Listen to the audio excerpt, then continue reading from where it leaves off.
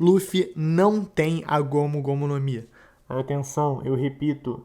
Luffy não tem a Gomu Gomu no Mi.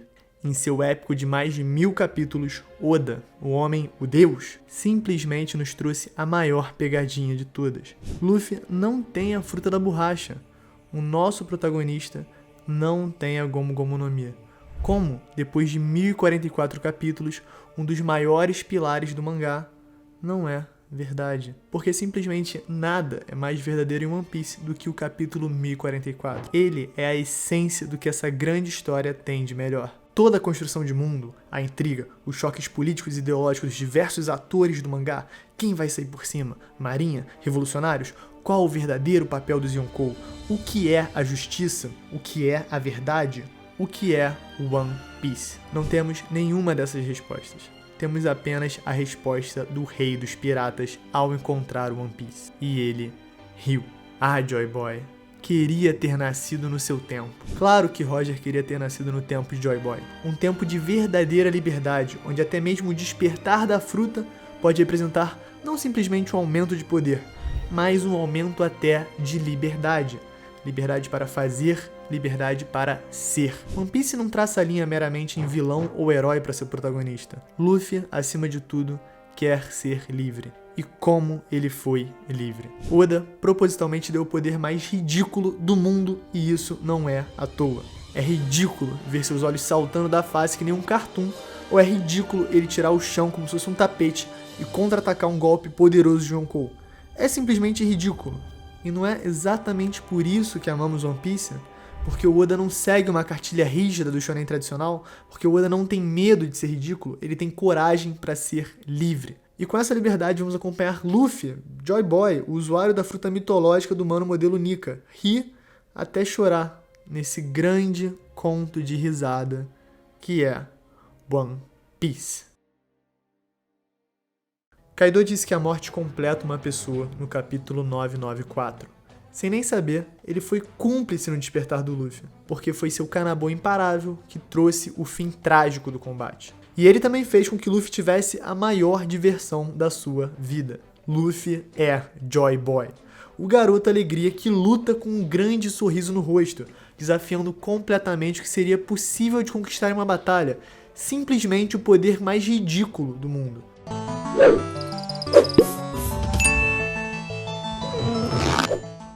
O lendário capítulo 1044 abre com a história de capa da Germa 66, onde Oven e companhia se deleitam com os diversos instrumentos de pesquisa para decifrar do que são compostos os irmãos do Sanji. E, retomando diretamente de onde paramos no capítulo 1043, nós ouvimos uma voz descrente de sua realidade, enquanto os tambores da libertação bradam intensamente. Eu perdi, mas eu tô me divertindo tanto.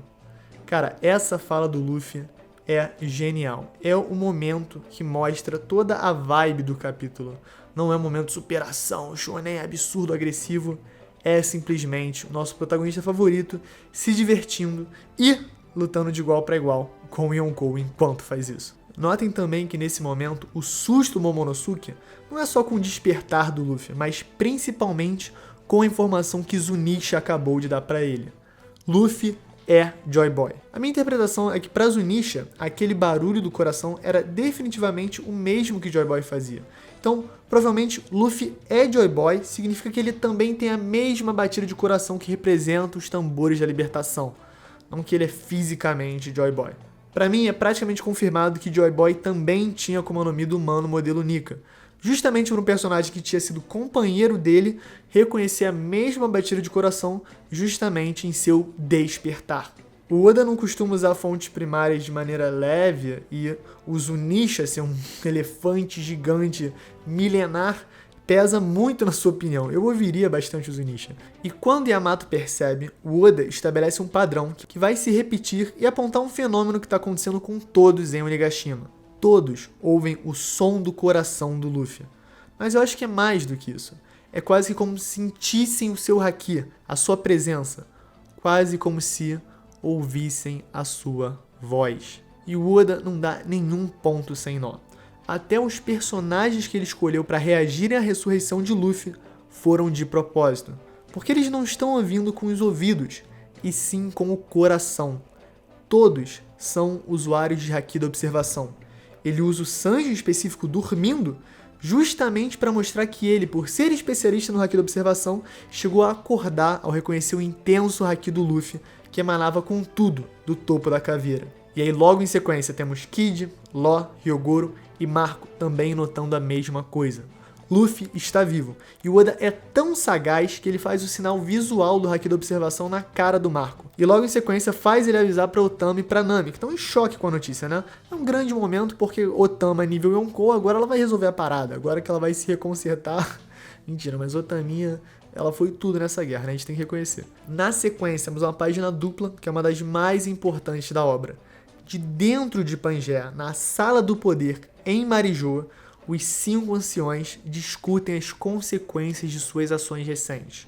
Um deles questiona porque eles sabem que perderam um dos agentes mais valiosos de toda Ciferpol, e ainda conseguiram o ódio e a fúria de Kaido como consequência. Se o Kaido já não devia ser muito amiguinho do governo mundial, mesmo com o contexto da Ciferpol indo lá negociar com o Orochi, que certamente o Kaido tinha uma noção a respeito, agora eu acho que o Kaido não pode ver a sombra de um agente do governo mundial que ele vai querer simplesmente obliterar, porque aquele tipo de abuso no meio da luta mais importante em mais de 20 anos que Kaido estava travando, isso não vai ser esquecido tão cedo. E eles terem noção dessa informação indica pra mim também que aquele quadro com o agente Altão que sobreviveu no capítulo 1043 mostra que ele já reportou toda a situação para os anciões, eles estão cientes do que aconteceu. Mas eles ainda não sabem que foi justamente a decisão de interferir na luta entre Kaido e Luffy que acelerou o processo de despertar, tornando seus maiores medos realidade. E a partir daí, meu amigo, temos bomba atrás de bomba. 1. O governo mundial está perseguindo a Gomu Gomu no Mi há mais de 800 anos. Isso é informação muito curiosa, justamente pelos anciões já saberem que é a fruta da borracha. 2. As frutas Zoan têm uma espécie de vontade própria, ainda mais essa em específico, por conter o nome de um deus. E falando em deus, temos que parar para fazer um adendo da insanidade que é o Oda. No capítulo 184, na luta entre o Sop, Chopper, Mr. 4 e Miss Merry Christmas, eles se deparam com o Lasso, uma arma que comeu a fruta do cachorro e agora se movia por conta própria.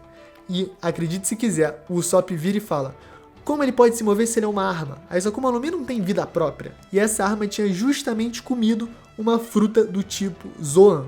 Olha a genialidade desse homem usando um foreshadow de mais de 900 capítulos para nos deleitar com esse incrível momento. E claro, 3. A revelação mais surreal de todas. A Gomu Gomu no Mi, na verdade, é a Akuma no Mi Zoan mitológica do humano, modelo Nika, deus do sol. O corpo do usuário ganha as propriedades da borracha em combate, mas na verdade, essa fruta é limitada meramente pela sua imaginação, colocando sorrisos no rosto das pessoas pelas terras. Ele é a personificação de um guerreiro da libertação. E o que dizer sobre isso? Porque, realmente, nunca tivemos a confirmação que, de fato, era a Gomu Gomu no Mi. Mas isso meio que faz sentido se todo mundo realmente acreditasse que é a Gomu Gomu no Mi. A única maneira disso realmente fazer sentido pra mim é caso o Shanks tenha contado pro Gorosei na reunião do capítulo 907, quando ele disse que queria falar sobre um certo pirata. Com que motivo? Não sei, seu Shanks. Mas faria muito mais sentido se só agora os Gorosei realmente entendessem a urgência do que está acontecendo. Simplesmente, Joy Boy está reencarnando na vontade herdada de Luffy. E esse deve ser um dos maiores perigos existenciais para o governo mundial. E a última informação que nos é dada ilustra e contextualiza o resto do capítulo. O despertar da fruta mitológica Nika, deus do sol, aumenta exponencialmente a força do seu corpo de borracha. E eles ainda têm mais liberdade. Supostamente o poder mais ridículo do mundo. O Oda de fato deu o poder mais divertido de todos pro Luffy, mas não porque ele é um poder de borracha, meio trash, meio bizarro, meio paranauê, que o Luffy vai tendo que decifrar e simplesmente dominar. É mais do que isso, é um poder que é ligado diretamente à capacidade do Luffy de ser livre dentro da própria mente, com a sua imaginação. E é muito significativo como o Luffy teve que morrer para realizar o verdadeiro poder de sua fruta. Agora que ele perdeu até os laços com a vida, ele pode dar um passo para trás e enxergar as coisas pelo que elas são. uma grande diversão sem limite, sem estar preso à vida. Luffy pode ser realmente livre para realizar os seus próprios poderes, para atingir o limite da sua própria fruta. Cara, não é bizarro que o Oda girou completamente o tabuleiro do nada?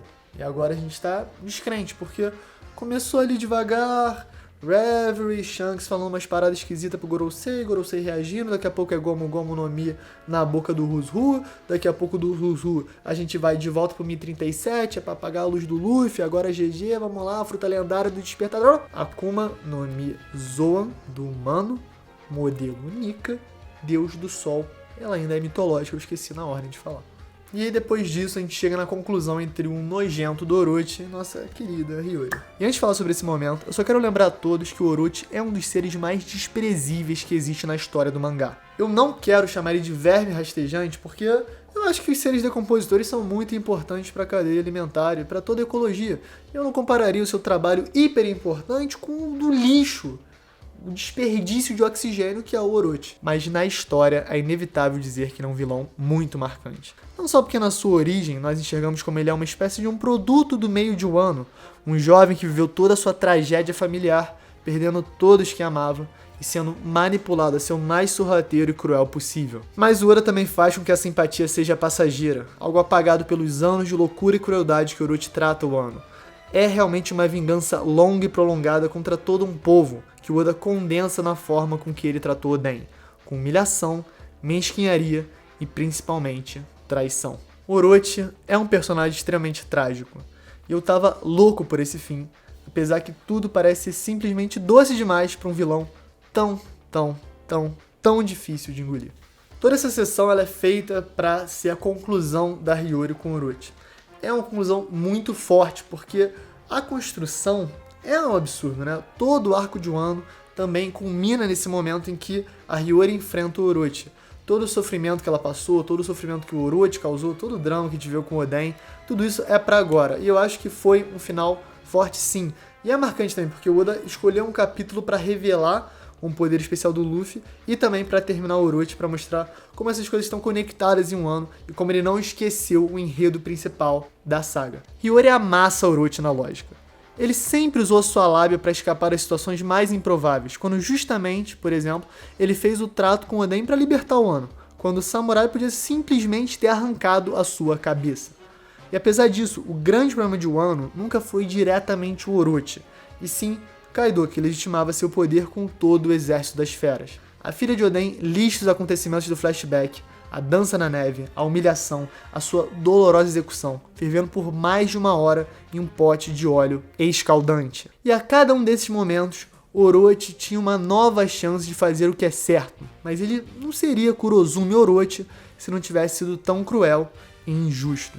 Hiyori, que talvez tenha tido uma vida igualmente sofrida de seu pai, tendo que servir ao asqueroso Shogun, que destruiu toda a sua família e seu país em silêncio, lembra de como a coisa mais importante para Oden era a sua família. Algo que nunca foi tão claro em One Piece. Oden é um daqueles personagens que usa seu coração na testa. Conseguimos ver quando ele estava feliz, triste, com raiva, mas principalmente conseguimos ver como ele amava e faria de tudo por sua família. E é com esse orgulho e com essa dor que a ex-cortesã pôde bradar: eu sou Kozuki Hiyori. Pequenas palminhas. Wano é o arco das múltiplas identidades, da traição, da atuação, da mentira. Mas a verdade é que quem está do lado certo sempre surge, porque são eles que podem dizer o seu próprio nome em voz alta e com certeza de que não há nada a temer, nada a esconder, não importa o sofrimento que isso acompanha. Então não tem nada melhor para um fim patético como o do Orochi do que ele ser derrotado por engano pelo próprio aliado. Parabéns, Orochi, você é craque de bola. O cara é simplesmente queimado pelo Kazembo, a personificação do ódio e da dor do Kanjuro, mais uma vítima da manipulação do Orochi, talvez a maior de todas. E aí, a Hiyori, com toda a sua epicidade, lança o seguinte: o amanhecer virá, os Kozuki sempre cumprem as suas promessas. E aí o batuque cresce, e cara, olha só, esse batuque do ele tá no capítulo inteiro. Podem anotar as onomatopeias, tem o tempo todo ali o batuque do Luffy. Eu até em certo momento imaginei na minha cabeça, imagina se o batuque do Luffy fosse um batuque meio de funk das antigas, tipo um tchu tchá tchá tchu tchu tchá tchu tchá tchá. Isso ia ser emocionante. E eu amei a aparição maluca do Luffy. Tá leve, tá elástico, tá dinâmico. É muita coisa louca que o Oda tá fazendo. Mas, cara, é o Gear 50. Tinha que ser alguma coisa maluca, explosiva, revolucionária. Não podia ser simplesmente tipo assim, ah, meu Deus, agora com o poder o Luffy subiu de 95, 97 para 98, 99. Ele subiu na tier list. Podia ser muito cansado. Agora o Oda mudou as coisas. Mudou drasticamente. Eu confio muito no cara. Eu tenho 1043 motivos para confiar, 1044 hoje. E justamente por isso eu tenho certeza que ele vai dar a nuance, vai dar o equilíbrio a esse poder, pra não ser simplesmente um Deus Ex Machina maluco, tipo assim, o Luffy imagina e acontece. Eu acho que tá uma coisa mais contida. E todo esse design, toda essa aparição no capítulo de hoje, marcou demais pra mim. O poderzinho shonen representa muito mais agora. É realmente uma revolução, porque o Oda atrelou o nível de poder de um personagem à sua imaginação, mas de maneira limitada pelas condições da própria fruta. Que faz todo sentido, porque é a fruta mais ridícula do mundo. E o jeito singelo que o Luffy trata, o jeito tão, sabe, bobo, tão leve, cara, isso é muito especial, porque eu sinto que o One Piece, não importa pra que maluquice vá, não perde a essência, porque a essência tá na própria verdade dos personagens, como eles tratam as coisas, e o Oda nunca erra nisso. Tô sentindo nada, hein? Acho que dá pra lutar mais um pouquinho. Haha, meu coração tá com um barulho engraçado, kkk. Sou o Luffy mesmo pra lançar essas. Agora eu cheguei a meu pico.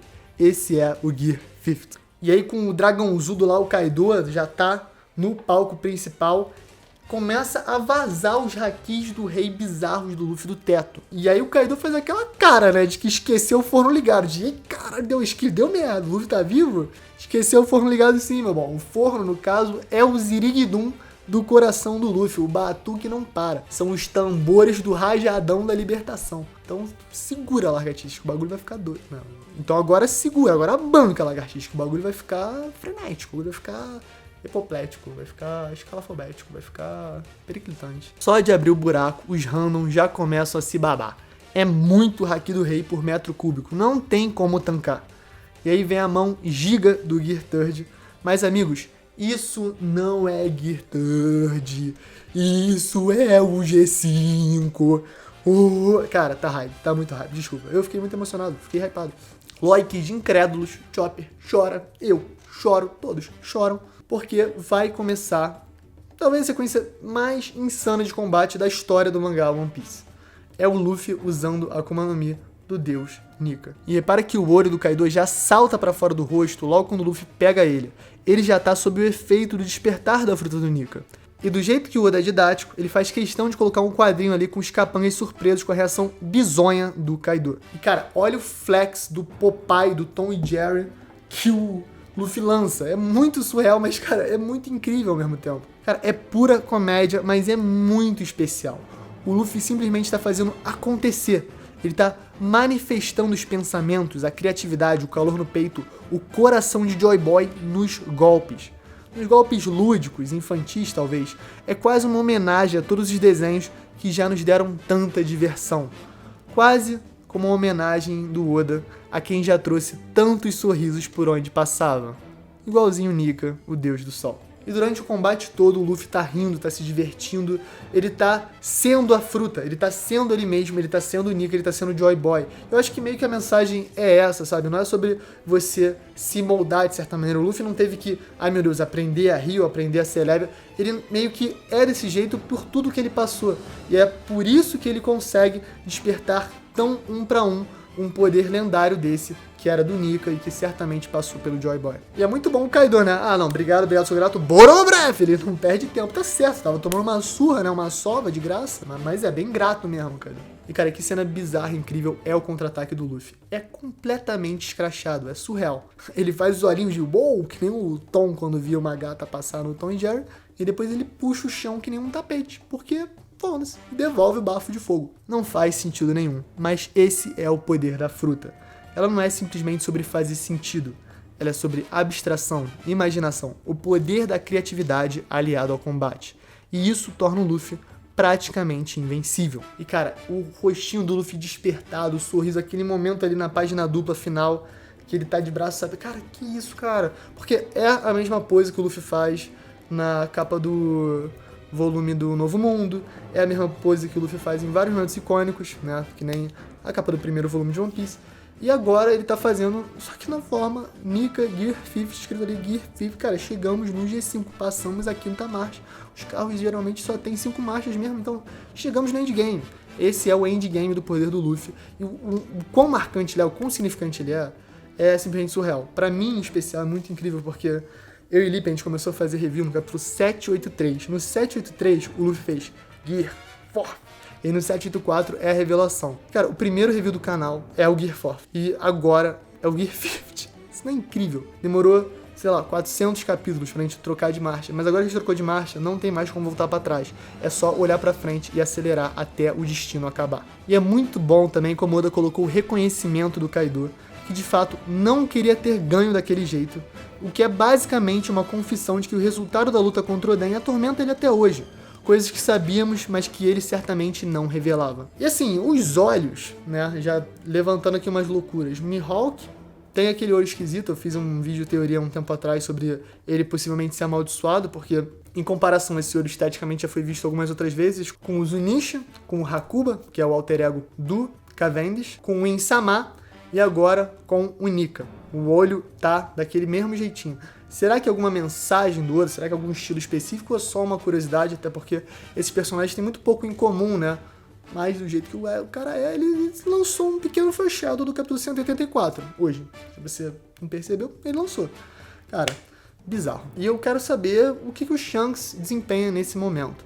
Ele foi falar sobre o Luffy, e aí eles descobriram que é a fruta do Luffy, porque tem muitas lacunas na história sobre a Gomu Gomu no Mi ser a Akuma no Mi do Nika, Deus do Sol. Tem muitas lacunas porque o Sengoku não sabia a respeito. Como que ninguém na marinha nunca reagiu a ser a Gomu Gomu no Mi? Ah, porque não sabiam que era a Gomu Gomu no Mi ou já sabiam desde 800 anos atrás? Ou então sempre teve o nome da fruta do Nika, Deus do Sol, então era secreto que era a Gomu Gomu no Mi? Ou existe uma outra Gomu Gomu no Mi, que é a verdadeira fruta da borracha, só que essa fruta meio que é um bait, porque existe a fruta real do Luffy que escapa do Gorosei há 800 anos. Cara, eu não sei. A gente vai certamente trazer muita teoria a respeito.